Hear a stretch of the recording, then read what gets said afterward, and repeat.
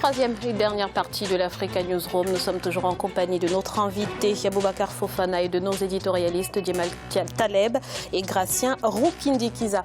L'actualité économique à présent, c'est une réponse à un constat de contraction de dépôts dans le système bancaire des pays de la CEMAC, la communauté économique et monétaire de l'Afrique centrale. 600 milliards de francs CFA seront alloués pour servir au renforcement de la trésorerie des banques communautaires. Explication avec Deo Gracias Podo.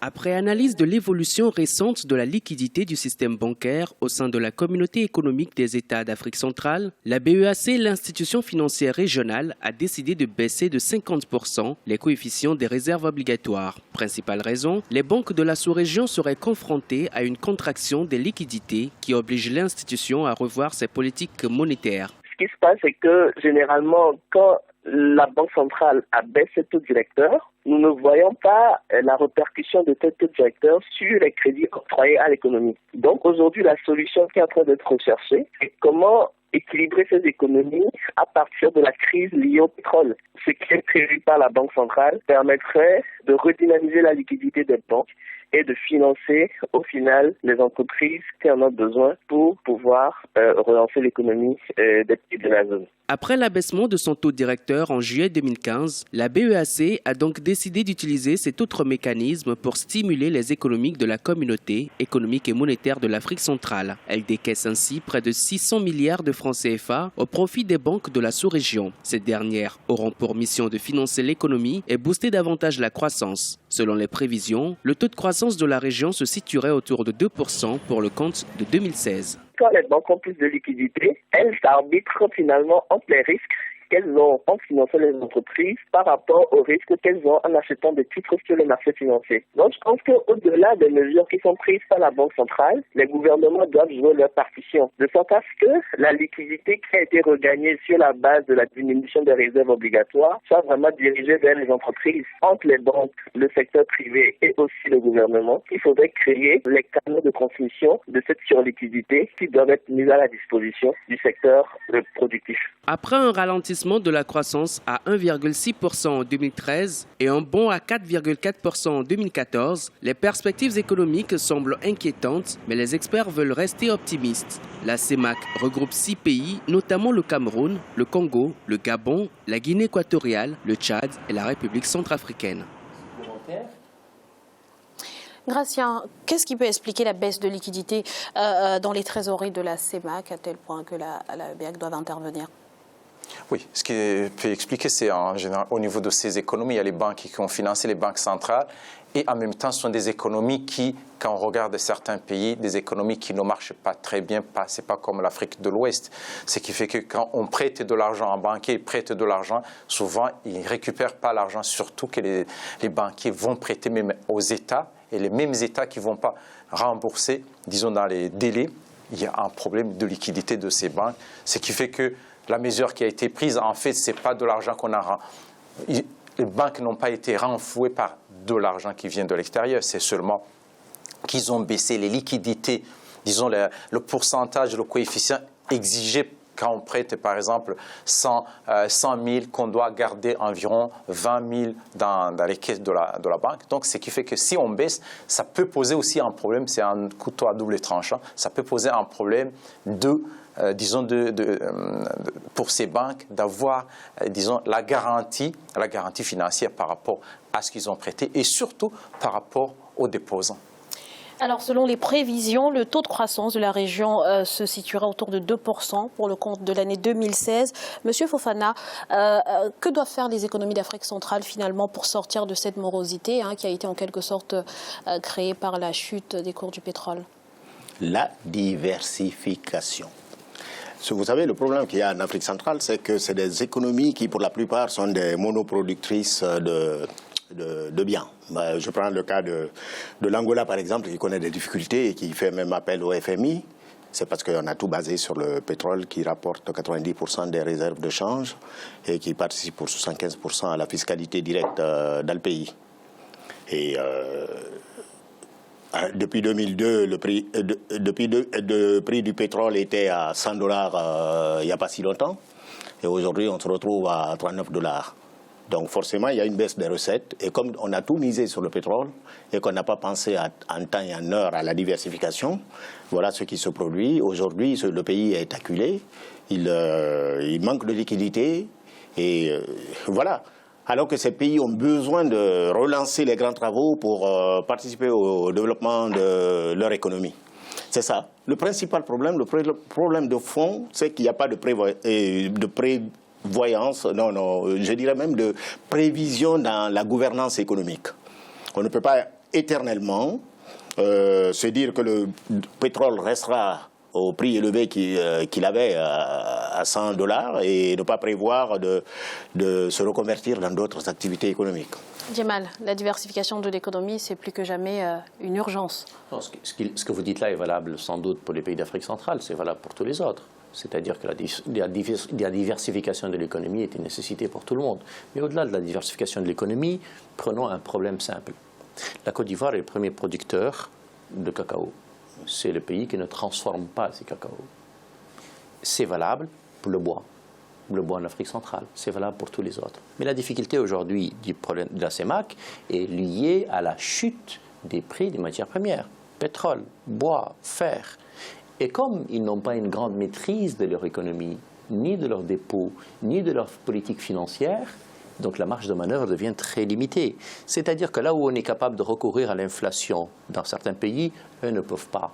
Là où on est capable de recourir à la planche tablier, eux ne peuvent pas. Là où on a une marge de manœuvre beaucoup plus importante, c'est la gestion même de ces devises, ces pays-là ne l'ont pas. Et donc, dès lors que vous êtes complètement handicapé de votre capacité, de votre souveraineté économique, vous êtes naturellement handicapé pour tout le reste. Pour la diversification, vous avez raison. La diversification est une chose fondamentale, mais enfin, on le dit toujours et on enfonce une porte ouverte en disant ça, n'est-ce pas? Mais nous le disons, nous ne le faisons pas. Et aucun ne le fait.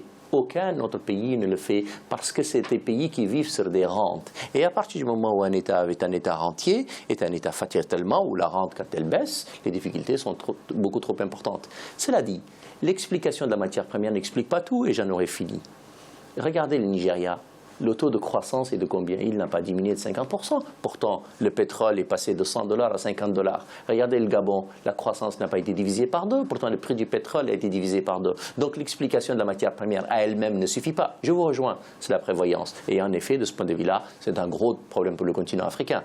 Pas de prévoyance, je veux dire, pas d'organisation en plus. Merci Djemal. Dans l'actualité économique également, le projet n'est pas nouveau, mais il vient seulement d'être officiellement approuvé. L'Égypte et l'Arabie Saoudite se sont mis d'accord le 8 avril pour construire un pont sur la mer Rouge devant relier les deux États. Alioune Guindo. Relier l'Afrique à l'Asie, l'Égypte à l'Arabie Saoudite. Telle est l'ambition du président égyptien Abdel Fattah al-Sisi et du roi d'Arabie Saoudite Salman Ben Abdelaziz Al Saoud. Lors d'une visite officielle de 5 jours au Caire, entamée le 7 avril 2016, le monarque a déclaré que les deux pays allaient construire un pont qui allait rejoindre les deux capitales, le Caire et Riyad. Le pont sera construit au-dessus de la mer Rouge et ainsi permettre d'améliorer les échanges commerciaux entre les deux pays. D'abord, cette décision de construire le pont et la visite elle-même a une portée symbolique. Chaque fois qu'on veut relancer l'économie dans un pays ou dans une zone, eh bien, on entame des projets d'infrastructure importants. Mais encore faut-il que ces projets d'infrastructure créent une croissance économique encore plus importante, c'est-à-dire qu'ils créent encore plus de richesses que le coût qu'ils ont coûté. La visite officielle du roi d'Arabie Saoudite a permis de renforcer la coopération économique et militaire entre les deux pays. Depuis la destitution de l'ancien président égyptien Mohamed Morsi en 2013, l'Arabie Saoudite a apporté un grand soutien financier à l'Égypte. Ce projet de construction du pont vient donc renforcer les bonnes relations de coopération entre l'Arabie Saoudite et l'Égypte. Est-ce que ceci va améliorer les conditions de l'économie égyptienne? Oui, s'il y a une possibilité d'exportation égyptienne demandée en Arabie Saoudite et soutenue. Là, pour le transport fiable de marchandises, on ne peut pas s'attendre à ce que ce pont génère tout de suite des bénéfices ou des retours importants pour la région Afrique. La visite officielle du souverain d'Arabie Saoudite a été l'occasion pour le président Sisi d'attribuer à son hôte la plus haute décoration conférée par l'État égyptien, l'Ordre du Nil. De même, les deux souverains ont assisté à la signature de 17 accords et mémorandums d'accords entre les deux États. Gratien, comment avez-vous accueilli l'annonce de la construction de cette infrastructure entre l'Égypte et l'Arabie Saoudite? Pour moi, ça fait beaucoup d'argent. L'argent qui devait, pour moi, ça devrait être utilisé à autre chose parce que déjà, il y a la mer, on peut y aller avec, il y a les bateaux pour transporter la marchandise. Et en général, je pense qu'entre les deux pays, il n'y a pas beaucoup de marchandises ou de circulation vraiment qui nécessite, parce que c'est un investissement très colossal. Ça va prendre beaucoup d'argent. Il faut construire un pont qui permet le passage de tous les bateaux dans la mer Rouge. On sait bien qu'il y a beaucoup de bateaux, beaucoup de sous-marins, il va falloir vraiment investir. Pour moi, c'est l'argent qui devrait être utilisé pour d'autres projets de production plutôt que de cela, parce qu'il n'y a pas un problème de circulation entre les deux pays, notamment au niveau de... Il y a la mer et l'aviation.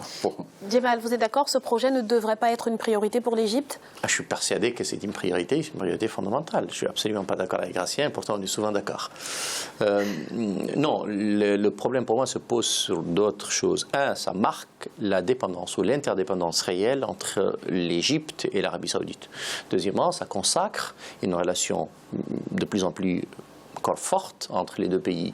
Et elle ne se résume pas seulement à une coopération économique, elle se résume aussi à une relation géostratégique importante. Elle est au Yémen, elle est en Syrie, elle est contre l'Iran, elle est au-delà. Et donc là, elle se renforce par des relations économiques qui étaient déjà entre elles-mêmes assez fortes. Deuxième enseignement que cela m'apporte, c'est qu'on a toujours le plaisir de railler le président Sisi comme étant le sécurocrate, peu démocrate. Il démontre qu'au-delà de la sécurité, il est capable de s'attaquer à l'économie, de s'intéresser à l'économie et d'être indépendant, y compris par rapport à ses alliés et ses non-alliés. C'est-à-dire qu'il draine de l'argent important des États-Unis, il les obéit parfois, il draine de l'argent des Saoudiens, il est d'accord avec eux, pas toujours, c'est de la Syrie, je le disais tout à l'heure, il est un peu moins. Et donc, il est capable à la fois d'être un grand homme d'État pour se faire régner la sécurité sur lui, malheureusement parfois au prix d'un peu de démocratie et de liberté, je l'avoue. Mais il le fait tout de même et puis il est capable de faire cela. Et puis, la seule chose qui me surprend sur ce projet-là, c'est l'Arabie Saoudite dans le contexte actuel, même si elles ont des réserves absolument insolentes. Mais sont-ils capables, dans leur priorité, d'accorder autant d'argent, autant de crédit à un projet dont le poids économique va être déterminant? Ça, c'est les Saoudiens qui peuvent le savoir. Gratien. Oui, ce que je peux dire, c'est que bon, il y a l'alliance maintenant des Égyptiens qui s'alignent sur les Saoudiens, notamment sur cette fameuse guerre.